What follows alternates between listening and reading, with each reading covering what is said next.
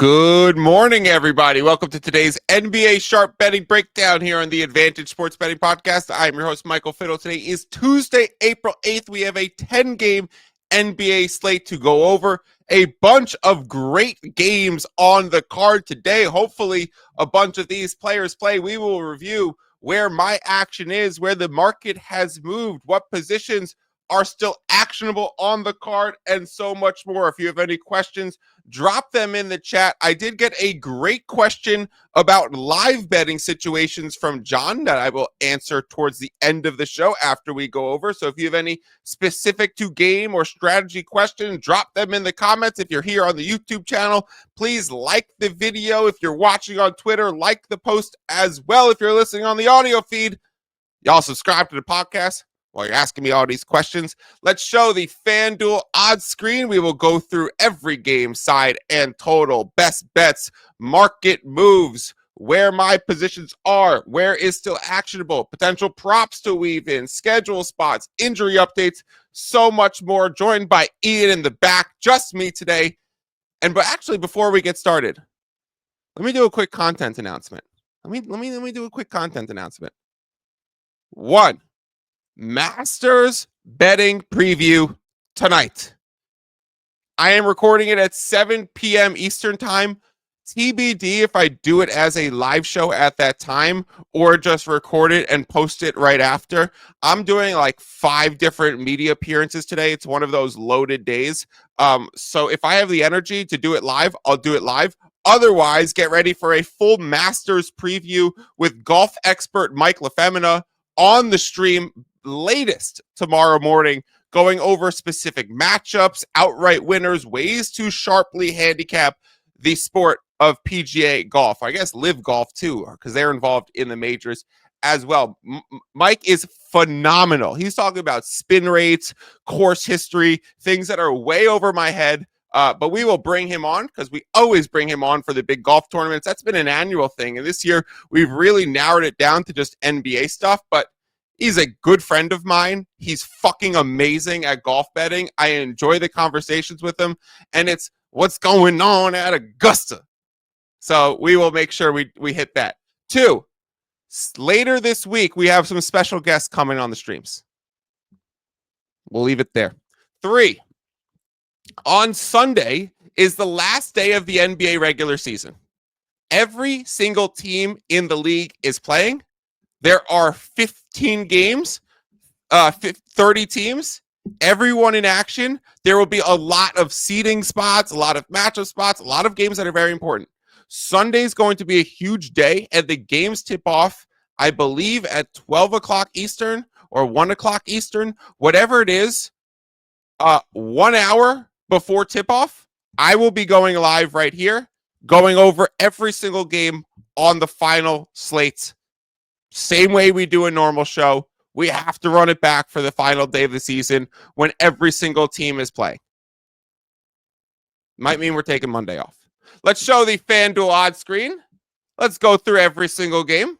Of course, if there are better odds elsewhere, I will be sure to point them out. FanDuel just matches the beautiful blue background that we're working with here at the Advantage. Slate starts off with the Atlanta Hawks taking on the Orlando Magic in Orlando. We have early Hawks action on the board. Line opened at 5 most places, 4.5. Others on the Hawks was me, who was also on the Hawks at +5. And the money line at +170. We've also seen a little bit of movement towards the over on the board. 225 has been here the whole time at FanDuel. 224.5 was the open at DraftKings. We are now seeing 225.5. BetMGM, Caesars, Bet365, Offshores, Circa, Bookmaker, 225 -117 towards the over. So a Hawks and an over spot, obviously correlated angles, going against a Magic team that really slows the pace and limits possessions. I played the Hawks. Is that still playable? I would say yes if you get a +4.5, which is available. DraftKings -112 is the last one available. We are seeing some action come back on the Orlando Magic at the 3.5. So this moved all the way from Hawks +5 down to Hawks +3.5. Especially that was coming from a lot of the sharp books. I believe Circa was the first to make the move to 3.5. Now we're seeing circa back at Orlando Magic -4, -105. So still +4, -115 at a very sharp book. So if you could go to a different book and pay less VIG in DraftKings and get half a point extra relative to fairly key numbers in the NBA, that would be a spot that I would still deem playable. Would be Hawks +4.5, -112 at DraftKings. Only spot that I'm looking at for that game currently. Probable Trae Young. Clean injury report. Not even Trevelin Queen. The traveling queen. The dancing queen. On that for the Orlando Magic. Obviously, Orlando has suffered a plethora of season-ending injuries. Now, a lot of injuries are just considered season-ending injuries. We don't put the season-ending injuries on the report, but you will not be seeing Jalen Suggs. You will not be seeing Mo Wagner. You will not be seeing Jalen Johnson or any of those guys in tonight, but you will be seeing Trae Young. And Trae Young's been one of those guys that when the news comes probable to active, you are not really going to see a line move. He's been probable with this Achilles tendonitis every single game, pretty much this season, since the play-in game against Boston, where they rested him and then they were fined 6 figures. So then they just list him probable and put him on the injury report for every single game because they didn't put him on the injury report last time. And they just held him out and they rested him. And then he came back the next day. And the league was like, and then Atlanta was like, what do you want us to do? We'll list him probable. Let's go over to Charlotte. We have the Memphis Grizzlies taking on the Charlotte Hornets in what's probably a do not bet it, do not watch it type of game. Grizzlies have taken a point of steam going from 13 to 14. The under has taken half a point of movement coming down from 230 to 229 as well. No bets. Don't plan on betting it. Don't plan on watching it. Miles Bridges, Seth Curry, Mark Williams, Ja Morant, and Vince Williams Jr. all listed in. Josh Green is going to be out. Obviously, we get LaMelo, Bridges, those guys out as well. Seth Curry is really handling a large share of the Charlotte Hornets offensive playmaking duties. That's all that needs to be said for why the Grizzlies are taking steam and the under is taking steam. It's Seth. The T is in the wrong place. Seth Curry. Del Curry will be there on the call. Love that Del Curry is the Charlotte Hornets announcer, calling his son's games. It's almost Bronny-esque. No one talks about that one, though. And then you get that other guy calling the Hornets games who screams out of his lungs like he's about to blow his vocal cords every single game. The Wizards are taking on the Indiana Pacers, a spread at 19. Holy fuck, the Wizards are bad. I mean, when you are a 19-point spread, you just don't care about winning at all, which the Wizards don't. Congratulations on them. Top 4 odds to get Cooper Flag. I actually think the number 1 place that I would like Cooper Flag to go is Washington. Now, little secret. The guest that I am having.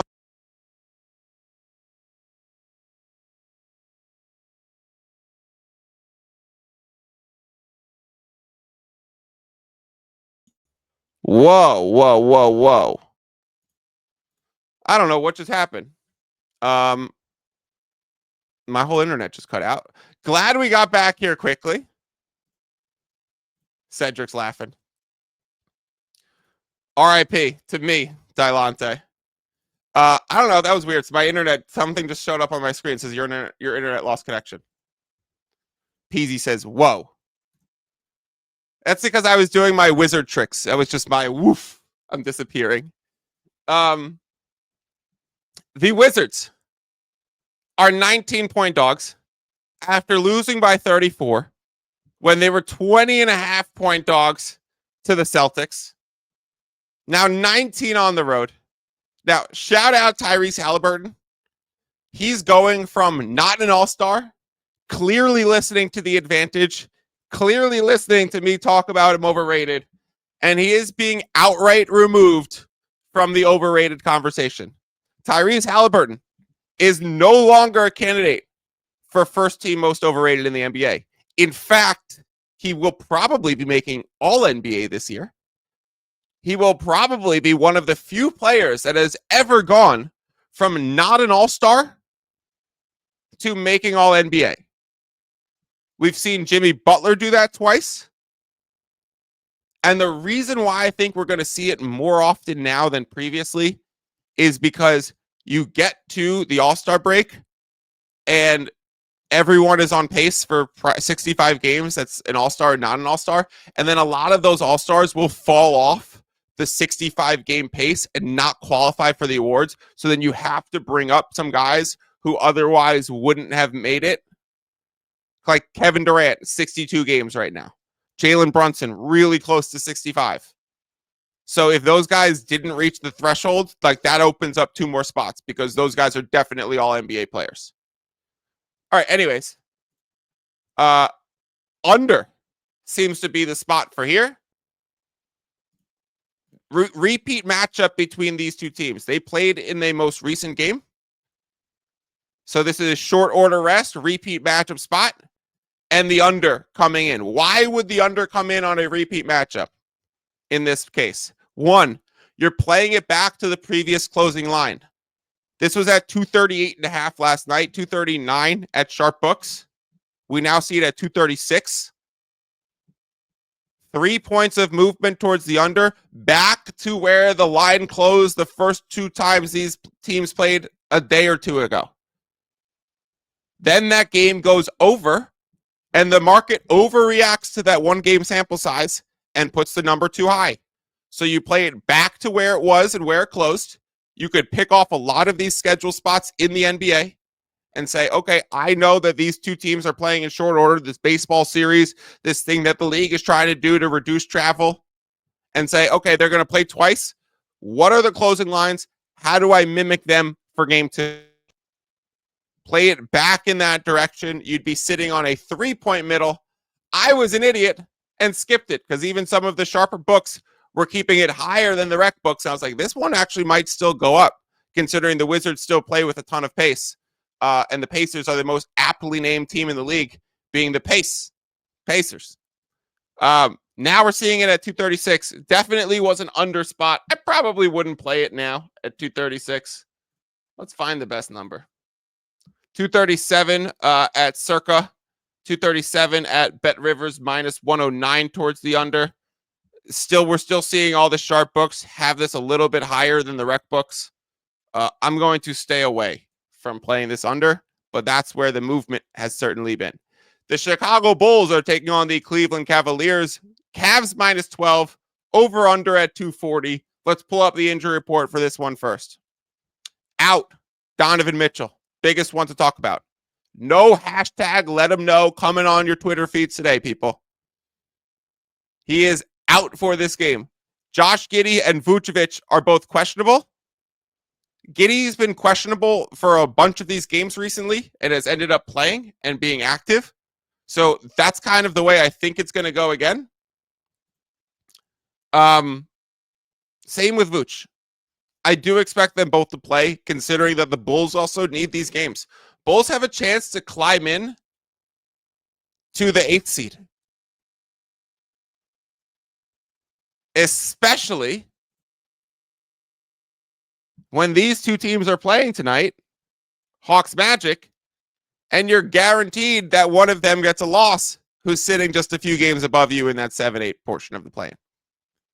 So if this game breaks right and the Bulls end up winning, I mean, I don't think the Bulls are going to win in Cleveland, but no Donovan Mitchell and likely getting back Giddey and Vooch.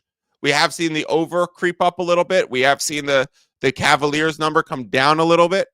So it makes sense with getting Giddey and Vooch back and not having Donovan Mitchell. Seems more of a injury repricing and news repricing than much of any sharp action. So nothing for me on that game. I'll tell you where there has been a combination of both sharp action and injury repricing, and it's on the New York Knicks and the under. Boston Celtics are on the front leg of a back-to-back set. And so we know how the Celtics operate in these back-to-backs. One of the bigs is going to play. One of them is going to be out. We already have Horford out. I would suspect Kristaps Porzingis is closer to in. Jaylen Brown, true questionable. Jason Tatum, I think closer to in. Probable. Drew Holiday, Derek White, Jalen Brunson, Deuce McBride.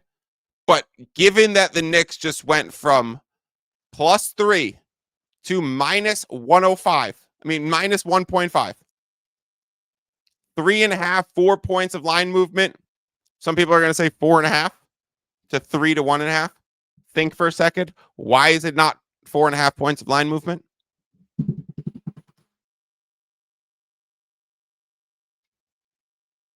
Because 0 is not a number in NBA basketball.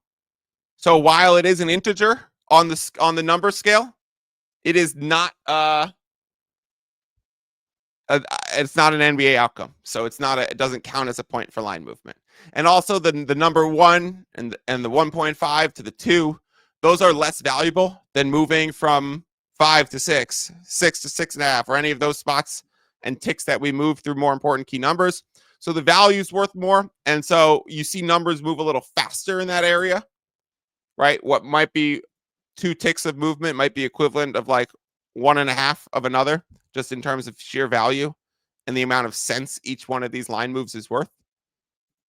So I'd say this is worth about 6 cents, a line move from 1.5 down to 1, whereas you can get something worth about 10 cents between 6 and 6.5. Knicks have been the spot. Under has been the spot. It is really hard to read exactly how this Boston Celtics injury report will break, but those are clearly some sharp sides. Do I want to play the Knicks as they can't beat a good team? No. Do I think there's reason why the Knicks can't beat a good team? Yes. Like, don't we talk about Bridges getting a little bit of the yips every now and then? Don't we talk about Karl Anthony Towns just with some dumb fucking fouls and just sometimes just not stepping up in the moment? He's had some big moments, but also had some just terrible deflating ones as well. Jalen Brunson is a stamped playoff player, but going against a team like Boston or going against some of the other defensive juggernauts that really can stop the point of attack in these other great teams in the league, you've seen him struggle. So they don't really have the superstar proven winners that these other teams do. It's more of a coalescence of high level talent with a bunch of guys that have kind of not lived up to the moment in a bunch of spots. So I'm not surprised to see it happen that way. Nets Pelicans. Oh, G League game on the NBA schedule. Let's skip it. The Minnesota Timberwolves are taking on the Milwaukee Bucks. I wonder how Ian's going to do the timestamp for that Nets Pelicans. Don't even include it, Ian. Just go straight to Bucks Timberwolves. The Bucks are taking on the Timberwolves in a game. To see Timberwolves -5 is insane to me. I mean, yes, that probably means at this point there's some value back on the Bucks. That is insane to me. Let me tell a little story. Yesterday, when I'm walking Bronny, my dog, I'm listening to a show, and I'm actually listening to the show of one of the guests that we're having on later this week. And I'm listening to his show. And I hear him say on the show, Minnesota should beat Milwaukee later this week, and that he's looking to back Minnesota in any play-in potential spots, in certain playoff matchups, that this team faces up against OKC pretty well, that he thinks they're going to be a good playoff team, that they're getting right at the right time, that Ant is killing, Gobert is playing the best defense that he has all the season, Randall's coming into form. A lot seems to be working for the Timberwolves right now. So I'm listening to this person go and verbatim say, they have the Bucks this week. Timberwolves should definitely be able to beat the Bucks. And so mentally, I'm being like, okay, I'm being primed to like the Wolves. I'm showing this comment from Chad, who's saying, let's go. Because I believe it was Chad, DMs me different Twitter and YouTube name, but I believe it's the same person, DMs me and says, Wolves minus 1.5 is there at DraftKings. I'm pretty sure it'll be minus 4-ish around tip-off. Now, I talk about this all the time. I love it when people send me good information like this. Send me the lines that you like. Shoot me a DM. So I'm out listening, thinking I'm going to want the Wolves, pointing it towards this spot against the Bucks because I'm a churning bankroller game by game, not a futures person who's not going to go tie it up in like to make it to round 2 Timberwolves bets. I hear someone really liking the Wolves. I'm going to look towards the Wolves now to turn the bankroll. So I get the DM saying Wolves minus 1.5, and I was like, okay, I got to go back to my desk. I bring Bronny in from the walk, cut the walk short a few blocks. We go back to the desk. We pull up the odds. I pull up my model. I go through all the numbers, and I'm seeing, yeah, Wolves should be like a minus 3.5 in this spot.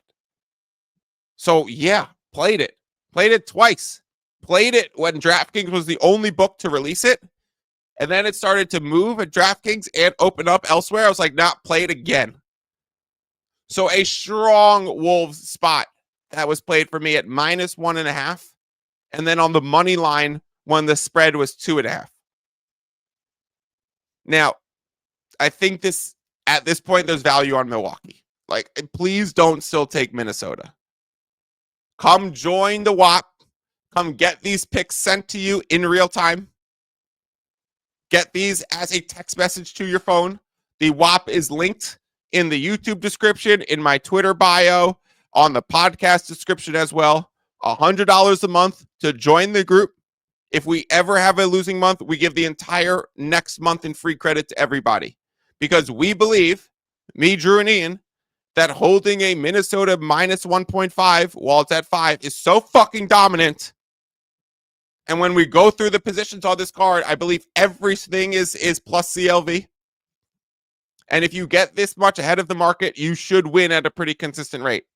Hawks plus 5, plus 170 in the spread. Minnesota minus 1.5 are the only 2 bets that we've gone over so far. Both are well ahead of the market.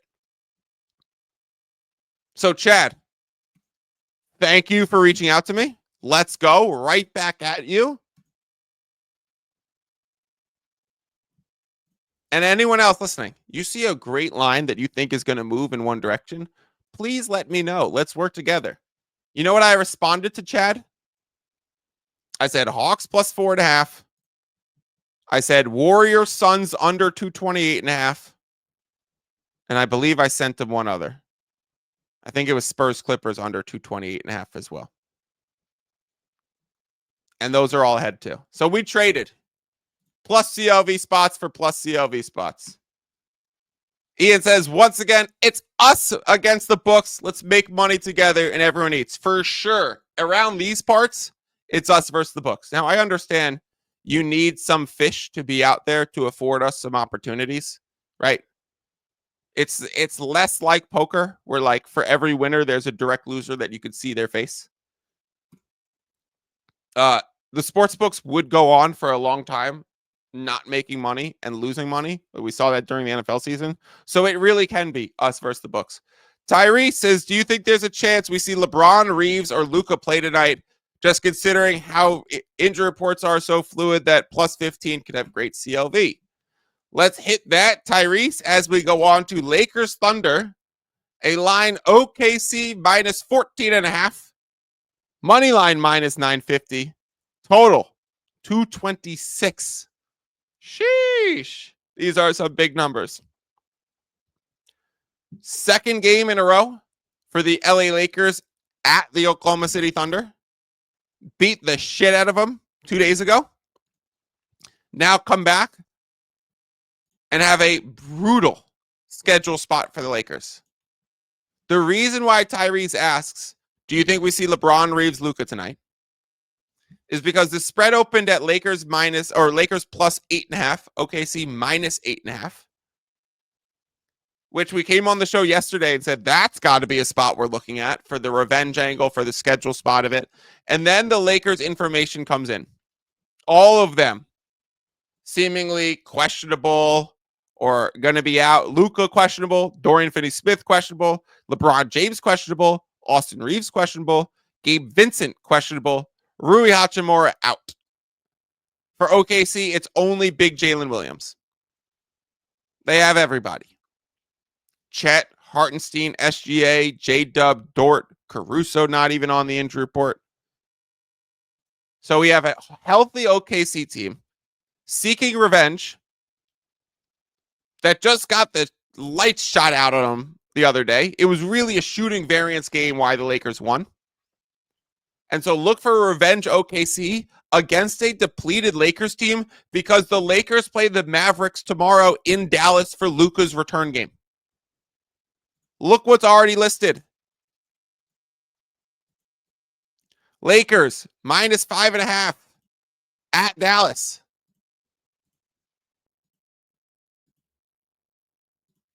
Hold on. Lost the odds.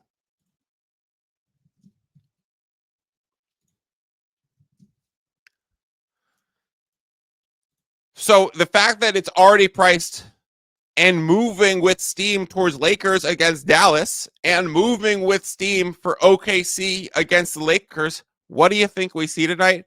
The market completely thinks that we don't see Luka, we don't see LeBron, we probably don't see Austin Reeves, we might not see Dorian Finney-Smith.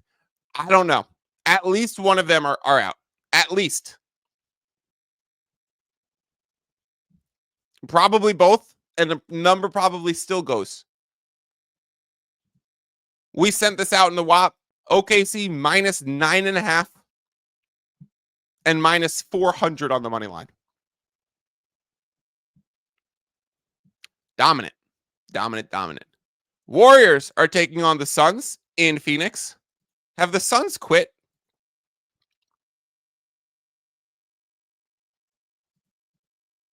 I think so. Their effort against the Knicks the other day was dreadfully bad. It just seems like the Suns want to pack it up and head the fuck to Cancun, see if Budenholzer's going to be back, see where Kevin Durant's going to go, try and get Bradley Beal off the team, although no one will take him, maybe flirt with some Devin Booker trade rumors. But this Suns collapse has been epic this year. I mean, not epic, like it's been a colossal disaster. Not that I care which way it goes. Under 227 was the play, and I think it's still a play in this game. I think this is probably the most actionable spot still left on the card. Yeah. Yep. Circa bookmaker offshores 226.5. 227s here. FanDuel, DraftKings, Caesars, 227s. I would play this towards the under. I think the Suns look horrendous right now. They're also playing more Oso Iguodaro. They're playing more Ryan Dunn. They're starting Colin Gillespie. And so they've really brought in three people who are way more defensive than Beal, Tyus Jones, Nick Richards, Plumlee's shit pretty much everywhere, but especially on offense. Grayson Allen playing less minutes. So like they've replaced some of the offense with defensive role players. And then on the other side, Draymond's clearly going for defensive player of the year, trying to campaign everywhere. So for me, this is an under spot. In fact, when I ran the numbers yesterday, I'll look it up right now. We have 227 as the total for what it should be. So I think the number's fair. But without Kevin Durant, with the motivation angle for Golden State's defense, with the lack of motivation for any Phoenix, with how bad and stagnant their offensive looked, at the way that they're changing their role players, I think you could still go under because the number is just the surface of what a model will generate. And then you add in the layer of some opinions and some perspective onto these spots. And you say that should be an under. Wouldn't be surprised if that closes less than 227 as well. Would be surprised if it popped back up and closed like above 228. Don't foresee that happening. 228.5 was the opening number. Played for 2 units in the WHOP. Believe it was the biggest position on the card. Still like it. The Spurs and the Clippers. Does Kawhi Leonard have a revenge game? Does that exist for a guy like Kawhi? Because it seems like there's not a single revenge bone in his body. Hey, Kawhi, you're going against the Spurs. You really want to stick it to the man tonight? I mean, I guess I played there for 2 years, so it'll just be good to see some of the people again. That's probably Kawhi's answer. Kawhi, are you playing? I'll text him. I'll ask him. We've seen the number come down a point. We've seen the spread come down a point on Clippers because Kawhi, after playing a back-to-back for the first time all year, why'd you have to play against the Mavericks on the second night?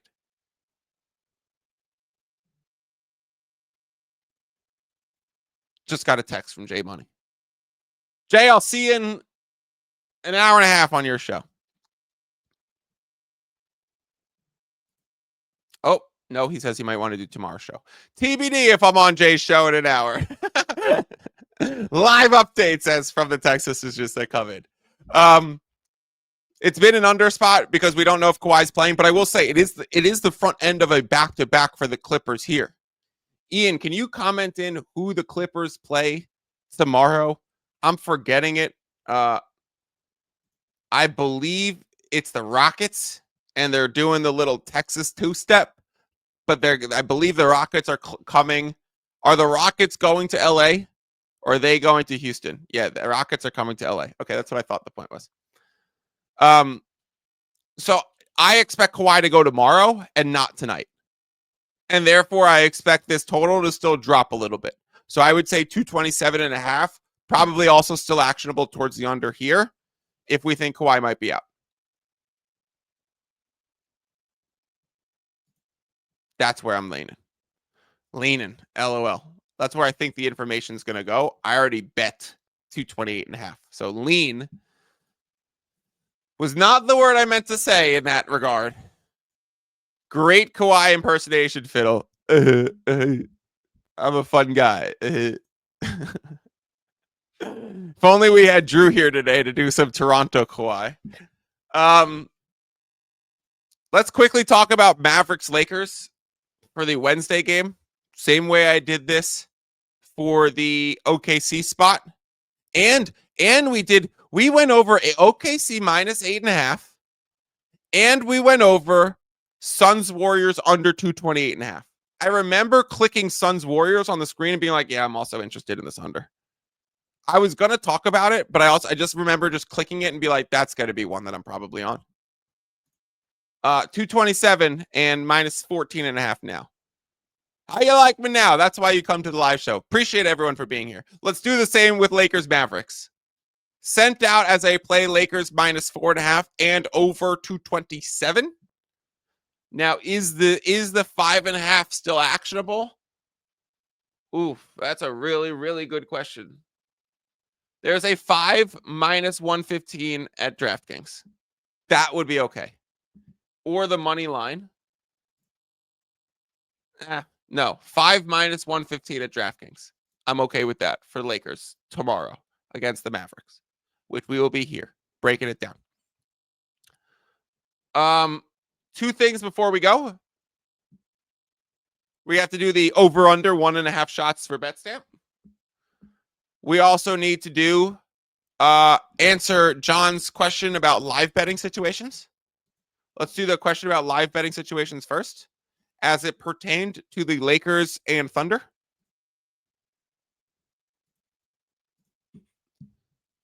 I posted the screenshot yesterday of the Talk to Me post with the DraftKings odds at the time, and OKC was minus 8.5. And I believe John saw it on the screenshot and then went to go look and saw it at 14.5 and was like, yeah, fuck, can't play it anymore. To which, yeah, I would agree. And his question was, if you were going to play the OKC minus 8.5, but now it's out to minus 14.5. In a hypothetical situation, if you saw OKC minus 2.5 in a live bet scenario, should you play it? Yes. The question was more like, I should play it, right? To which I said, definitely not, no. But I will happily explain the reason. And I think it's a great question, and I love getting these types of questions. So despite me going with the no, let me correct you, that's not like, no, I disagree with you, or no, you're wrong, or no, like, again, us versus the books. I don't need John to lose for me to win. I need other people to lose. I get that. They're the dumb fucks placing parlays. Fine with me. Let best numbers win and let parlays lose. Let the people over here win. That's fine. We'll be okay. I don't need John to lose for me to win. So I responded to John and said, I'll go over it on the live show, but give me a situation where you think you're going to like play it out. What's going to be the situation where OKC is minus 2.5 in a live line? And the answer to that would probably be like down 6 or 7 going into the fourth quarter against a Lakers team playing nobody. Down 11 at halftime. Down 14 after the first quarter. Now, I believe John responded and was like, what about minus 3 at halftime? Maybe LA up by 3 points at halftime.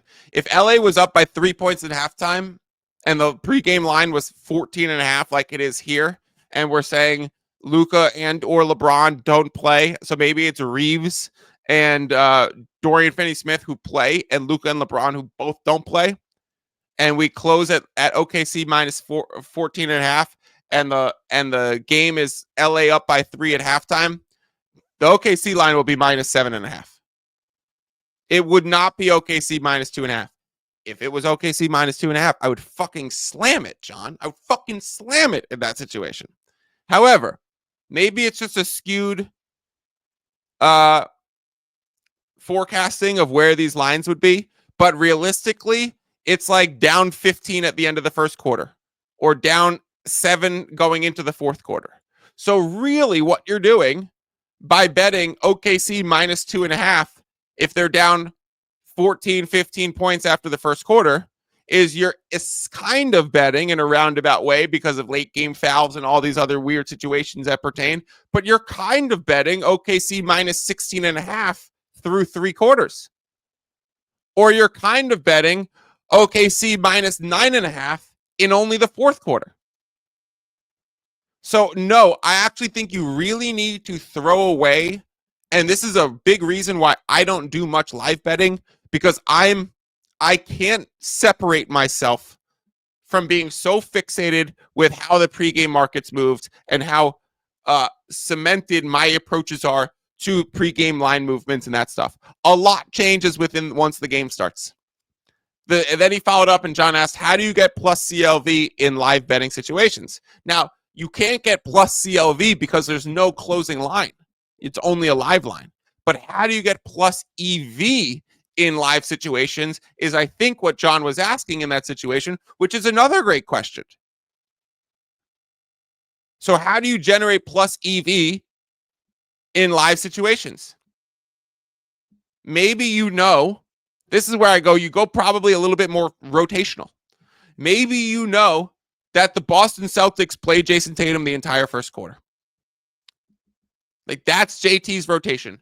Is it a surprise that Jason Tatum averages the most first quarter points in the NBA? No. Motherfucker plays all 12 minutes. He's getting 3 more minutes than the other guys. Of course he's going to score more in the first quarter. So maybe you get to see it's Knicks versus Celtics, and it's a tie game for whatever reason. It's 14-14 with 4 minutes left in the first quarter, and Brunson and Cat are sitting, or Brunson's headed to the bench, or you see Deuce McBride get up and head to the scorer's table.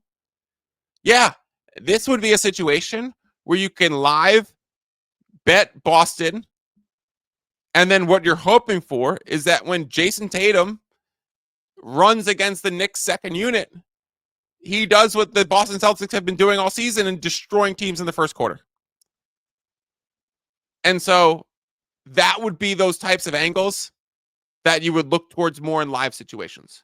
When a game gets in the bonus, a team picks up their 4th team foul with 7-8 minutes left in the quarter, and you're like, holy fuck, every single reach-in foul, every single loose ball foul, all of those are going to be free throws coming up. Let me go hit the over. You're just going to get clock stop 2 free throws, maybe 4 times over artificially through the rest of the quarter because they got in some early foul trouble. John, watching and learning. If this is the same John, great fucking questions. We appreciate you. John, pay attention. Start looking at those live situations a little bit more because you will notice that the OKC -2.5 correlates to like OKC's down 9 at the start of at midway through the 3rd quarter. And you're like, okay, no fucking way am I betting that.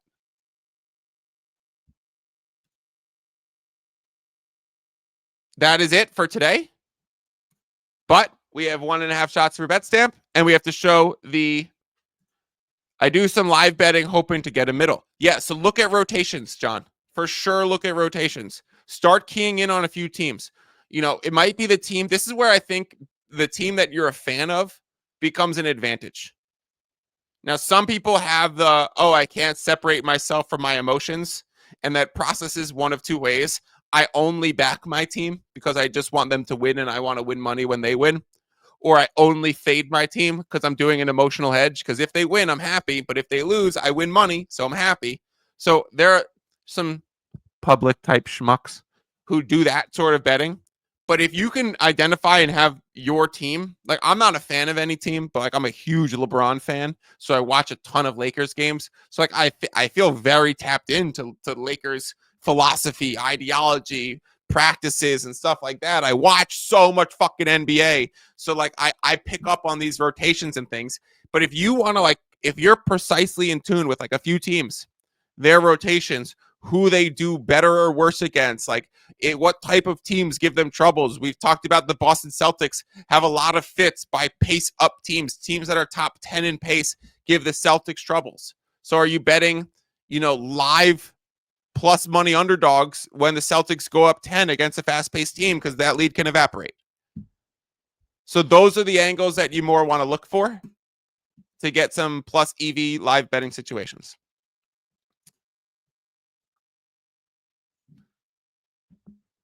Ladies and gentlemen, the over-under 1.5 shots for BetStamp. We missed it yesterday.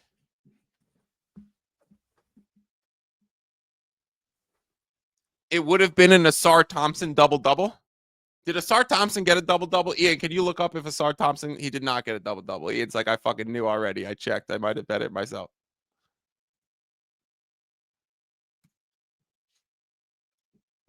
Let's see what we got today. I have not looked at the BetStamp long shots today, so I don't even know what we would be cooking up if we happen to make it. I'm going to take these 2 balls. I'm going to shoot it in that hoop back there. If I make one of them, we will share my odd screen, the BetStamp Pro odd screen. We will look for a plus EV long shot that we could all ride together, because if you've seen me take a jumper on this hoop, you know it's a long shot that one of these is going in. I'm like Halliburton in the first quarter. Under 4.5 points.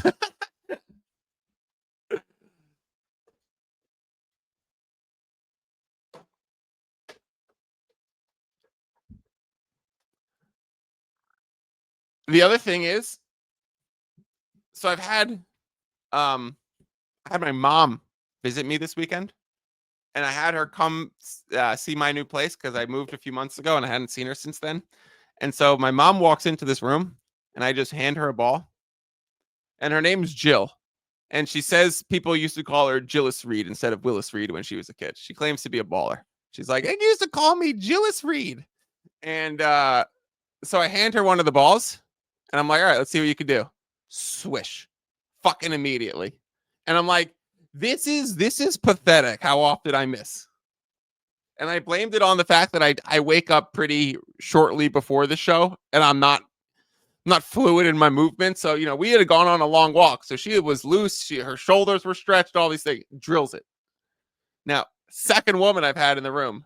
And the women shooting on this hoop are 3 for 3. First one made 2 in a row. And I said, get the fuck out of this room. You're embarrassing me. And my mom did it too.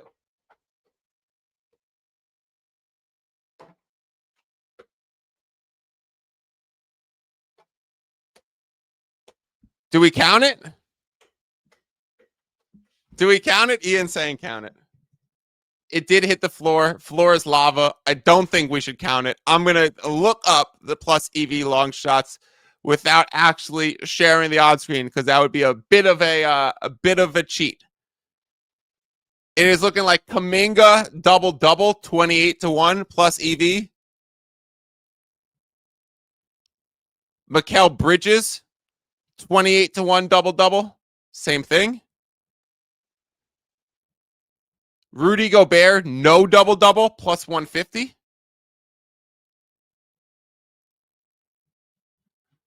Those are, there's also like first basket stuff and all that stuff. All right. WHOP bets. 9 of them today. Hawks plus 5. Do we count money lines and spreads different bets or same positions? That's something where I'm one of those, like I count it as just one general position. Where if the Hawks lose by 3 tonight and I win Hawks plus 5 and I lose Hawks money line and I win 3/4 of a unit, but lose half a unit. So I'm net positive, lose a quarter of a unit. So I'm net positive 0.5 units. I just consider that a win on one position personally. There's all these idiosyncrasies, nuances, as long as you know what the fuck you're doing. OKC minus 9.5 and the 400 money line. Minnesota minus 1.5 and the minus 140 money line. LA OKC under 227. And then the 2 under 228.5. San Antonio at the Clippers. Golden State Warriors at Phoenix. 9 bets split into various positions. 2 units on the Golden State Phoenix under, still actionable at 227. LA Clippers versus San Antonio, still actionable at 227.5. I would probably skip the other ones. That Hawks plus 4.5, minus 112, still actionable at DraftKings, but I would not play the money line with it because now the money line's not a fair representation of value. That will do it today. I will be back tomorrow. I will possibly be on Jay Money's show in an hour. I have to read his text messages. I will possibly be doing another live show tonight about the Masters golf tournament. TBD if I do that as a live. I will be on Buckets tonight. I will be on TV on Sports Grid tonight. You can't get enough of me. Come back tomorrow. Words from Patrick Beverly as we say, peace out. Y'all subscribe to my podcast while you're asking all these questions. And we have some great fucking guests lined up later this week. Peace out. See you soon. Y'all subscribe to my podcast while y'all asking all these questions. Don't forget to subscribe to the pod. And if you're a kid, listen to your parents. Listen to your parents. Listen to your parents. Subscribe to the pod. Yeah. Subscribe. Subscribe to the pod. Subscribe to the pod.